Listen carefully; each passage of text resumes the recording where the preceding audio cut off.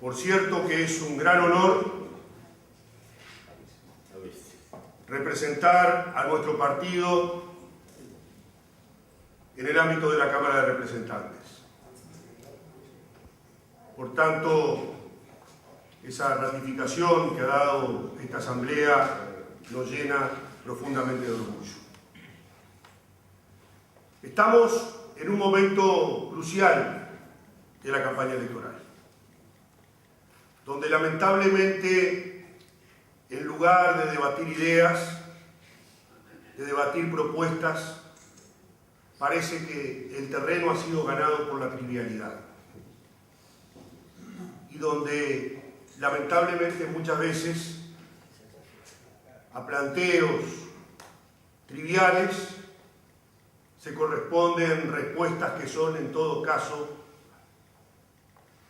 poco significativas o en todo caso procuran ponerse a la altura de esa trivialidad.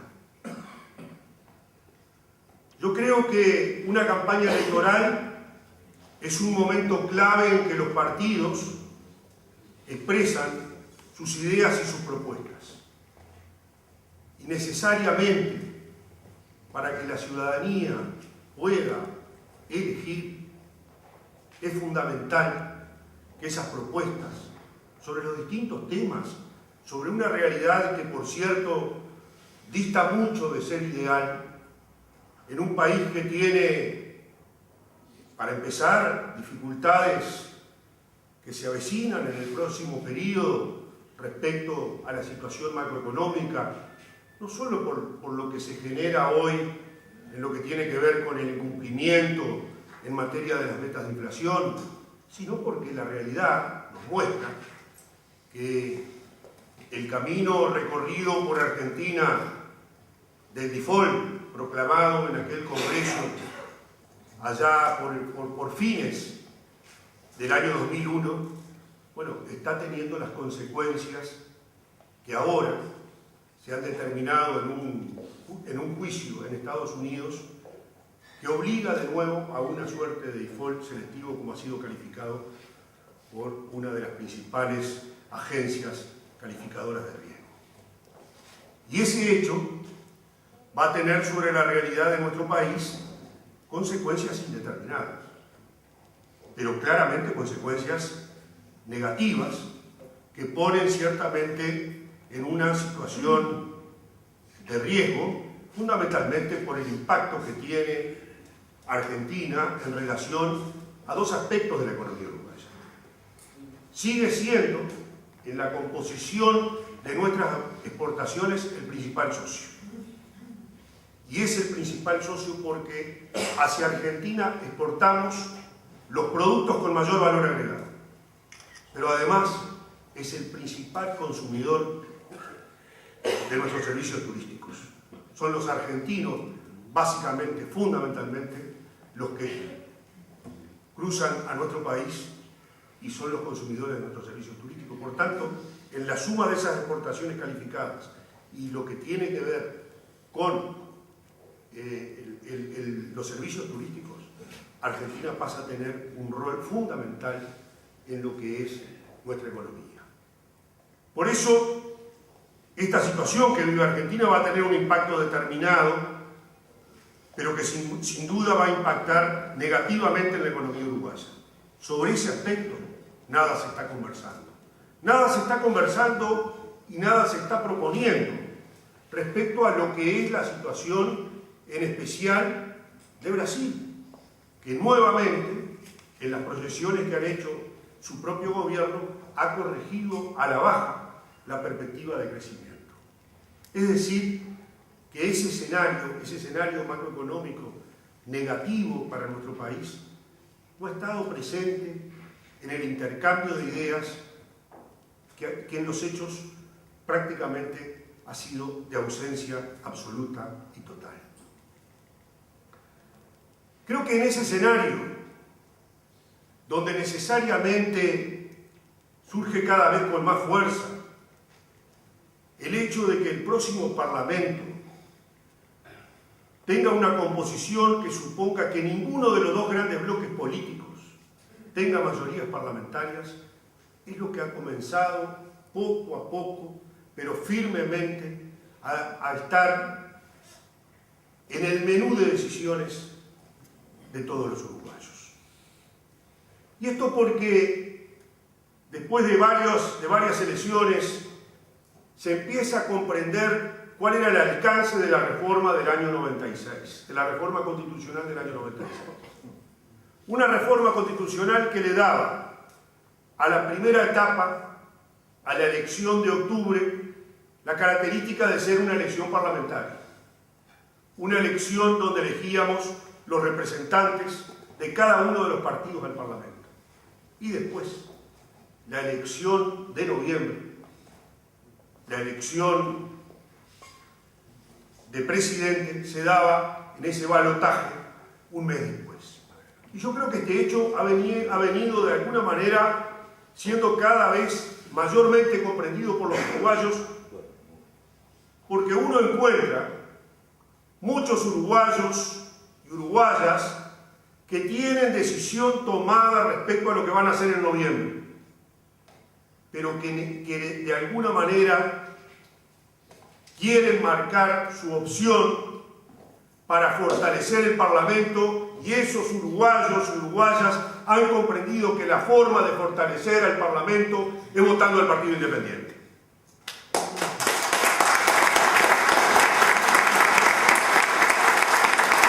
Porque votando al Partido Independiente se fortalece el Parlamento y recobra sus funciones fundamentales, sus cometidos fundamentales asignados por la Constitución de la República, en lo que respecta a que sea el Parlamento de la República quien controla los actos del Poder Ejecutivo. Cuando en el Parlamento hay una mayoría del partido de gobierno, pasa lo que ha pasado en estos últimos 10 años. El Parlamento simplemente se constituye en un ratificante, es decir, en un órgano que convalida las decisiones del Poder Ejecutivo. Y cuando eso pasa, se lleva por delante la Constitución de la República, se evitan las posibilidades de investigar sobre las actitudes del Poder Ejecutivo y sobre todo se niega el camino a que realmente la expresión parlamentaria se manifieste como representativa de un consenso más amplio que es necesario siempre en una sociedad. Las leyes no se hacen para que rijan un período, se hacen para que realmente rijan muchos períodos, porque en definitiva tienen que reflejar de alguna manera mayorías más amplias de forma tal de dar respaldo a esa decisión que se toma en el ámbito parlamentario. Y muchas veces pasa que varias de las leyes que se han aprobado en el ámbito parlamentario terminaron siendo como consecuencia de esa mayoría absoluta que tenía el Frente Amplio.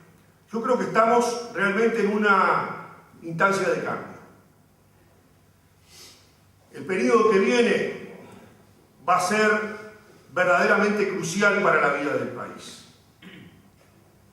Y cada paso que nosotros damos en el sentido de generar el crecimiento del Partido Independiente, confirmamos que esa posibilidad está a punto de concretarse.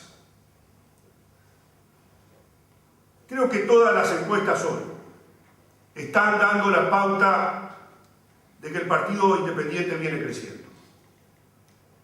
Y eso es realmente la consecuencia de múltiples aspectos. En primer lugar, creo que es la consecuencia de una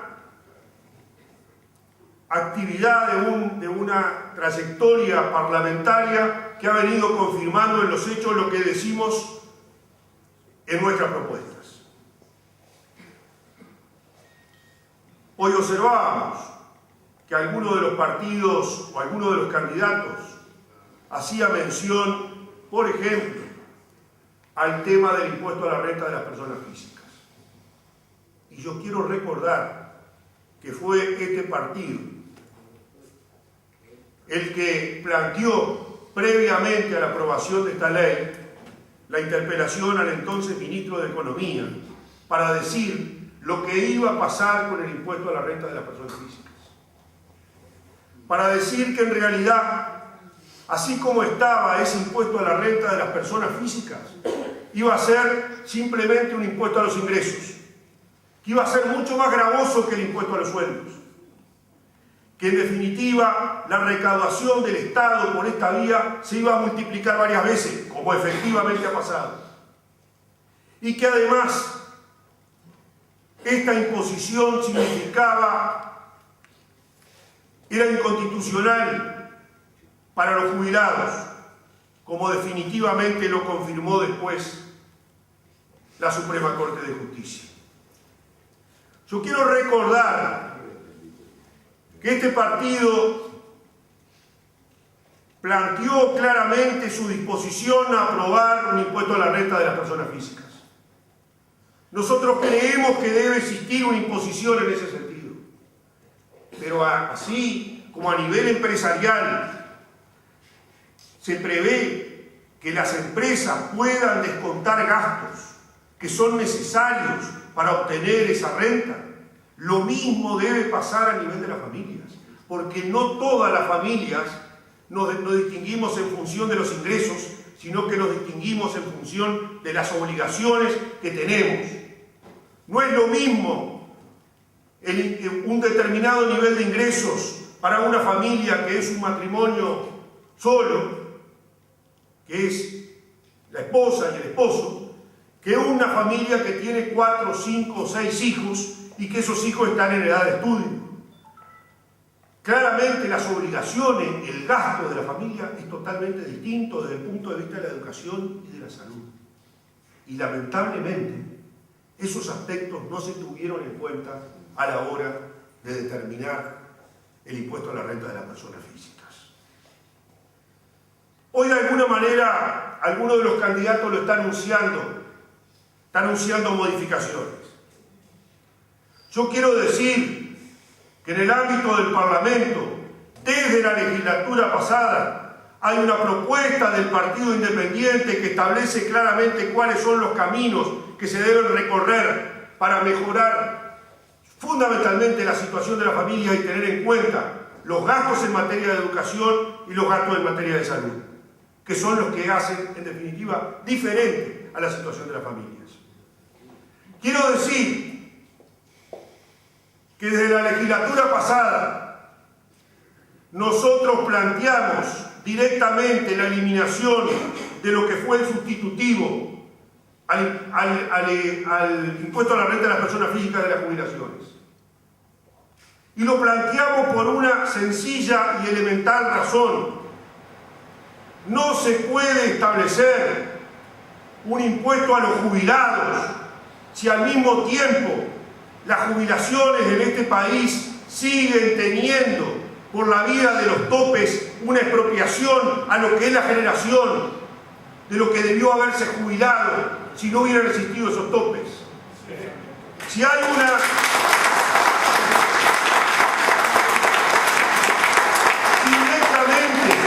a la hora de la jubilación se les expropia lo que fue el trabajo de toda su vida, no puede pretenderse que además el Estado se arrogue el derecho de cobrar nuevos impuestos a los jubilados. No por lo menos hasta que el sistema actual de generación, el actual sistema que se estableció con la reforma del año 95, que comenzó a funcionar en el 96, llegue a su madurez. Porque allí sí habrá razón, porque en definitiva es otra lógica donde en los hechos se dividió lo que es por un lado la jubilación servida por el Banco de Previsión Social y la generación que se genera a partir del ahorro acumulado de todos los trabajadores. Esos planteos han estado arriba de la mesa no de ahora, desde la legislatura pasada. Lo que sí hemos dicho, y eso me parece que también hay que tenerlo presente, que estos cambios no se pueden hacer responsablemente de la noche a la mañana. porque a la luz de las situaciones que señalábamos respecto a los riesgos, respecto a los eventuales cambios y al eventual impacto de situaciones como por ejemplo la de la Argentina, y en atención a que claramente Uruguay va a cerrar el año 2014 con un déficit de un 3,3% del Producto Interno Bruto, mal se puede hacer, salvo que se actúe en forma demagógica, decir que vamos a derogar el impuesto o que vamos a realizar estos cambios a partir del primer año en que se cambian las mayorías parlamentarias. Creo que este partido ha dado muestra de dos cosas: de ser un partido con una enorme sensibilidad, pero de ser un partido que lleva la sensibilidad de la mano de la responsabilidad. Sensibilidad y responsabilidad tienen que ir juntas cuando se actúa realmente pensando en los intereses nacionales y pensando en los intereses de nuestra gente. Porque no se trata de decir en función del eventual rédito político una cosa que sea pan para hoy y hambre para mañana. En política hay que actuar diciendo la verdad siempre. Y yo creo que el hecho determinante de por qué el Partido Independiente va creciendo es porque sigue siendo un partido consecuente entre lo que dice y lo que hace. Un partido que plantea su verdad, sus propuestas, pero que al tiempo está diciendo cuál es el camino para la instrumentación. En todos estos años, desde el mismo momento de la crisis, cuando en el año 2002 se le planteó al país un dilema de hierro, este partido fue consecuente con lo que decía y no nos tembló la mano para levantarla, para apoyar el 4 de agosto del 2002 aquella ley que supuso realmente el camino de la salida del país frente a la crisis. Mientras el otro partido de oposición de entonces, el Frente Amplio, votaba en contra y de alguna manera planteaba, entre otras cosas, posteriormente, el propio doctor Vázquez, este camino que en definitiva recorrió Argentina y que ya sabemos cómo le fue. Porque en aquel momento el doctor Vázquez planteaba el default. Ya sabemos que en ese camino no hay recompensas. Por eso yo creo que en Uruguay y todos los uruguayos y uruguayas debemos estar tranquilos en cuanto a que en el próximo periodo, cuando se establezca que ninguno de los partidos tenga mayoría parlamentaria, va a haber un partido, que es el Partido Independiente, para asegurar el control, pero para asegurar la gobernabilidad del país. Muchas gracias.